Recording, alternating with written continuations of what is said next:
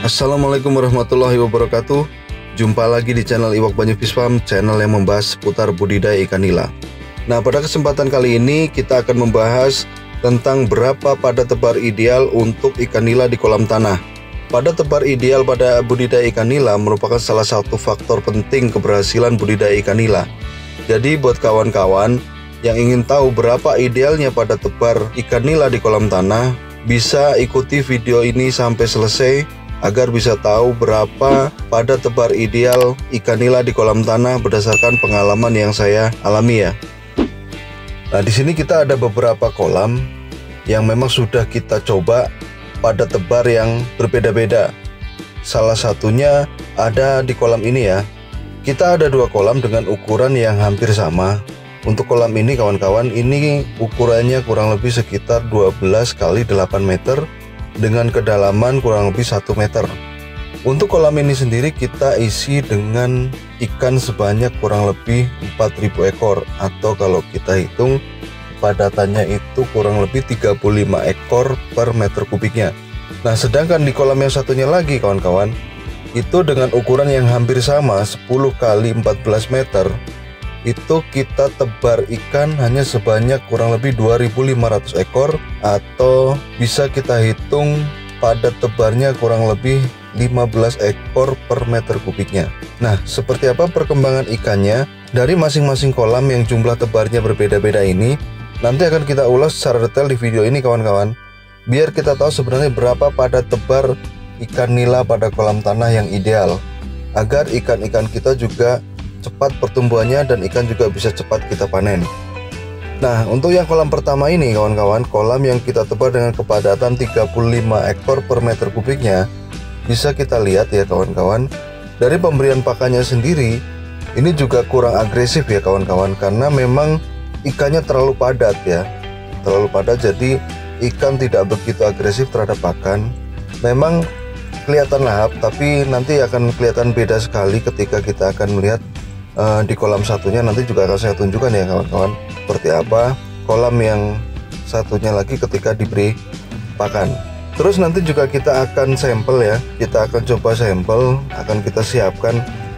Nanti coba kita lihat perkembangannya seperti apa dari masing-masing kolam ini, agar kita juga bisa tahu sebenarnya berapa padat tebar ideal untuk ikan nila di kolam tanah, agar pertumbuhan ikan bisa maksimal dan ikan juga bisa cepat dipanen. Nah, ini kita akan mencoba dari kolam yang padat tebarnya itu kurang lebih 35 ekor per meter kubiknya. Nah, ini coba kita ambil sampelnya dan nanti coba kita timbang seperti apa hasilnya, berapa kira-kira berat rata-rata ikan di usia yang sama ya. Ini memasuki usia di bulan ketiga ya. Coba nanti akan kita lihat seperti apa perkembangannya. Nah, ini bisa kita lihat kawan-kawan, ini ikan usia 3 bulan ya. Coba kita timbang. Nah, ini bisa kita lihat. Nah, untuk bobotnya sendiri bisa kita lihat kawan-kawan, baru tercapai kurang lebih 150 gram ya. Ini kalau boleh dibilang agak lambat ya pertumbuhannya kawan-kawan, karena memasuki usia di bulan ketiga, ikan seharusnya sudah bisa lebih dari 150 gram.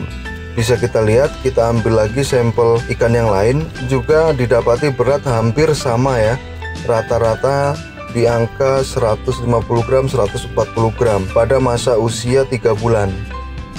Jadi ini betul-betul kalau saya bilang ini agak lambat ya perkembangannya. Nah, sekarang kita coba pindah ke kolam yang satunya lagi ya kawan-kawan. Coba nanti kita akan ambil juga sampelnya dan akan kita lihat, kita timbang seperti apa perkembangannya, apakah sama atau ada perbedaan ya. Ya sebelumnya bisa dilihat dulu kawan-kawan, ini kalau kita lihat dari postur tubuhnya sendiri ikannya hampir rata-rata sama ya, kelihatan dari postur tubuh ikannya ya. Jadi coba nanti akan kita timbang apakah ada perbedaannya.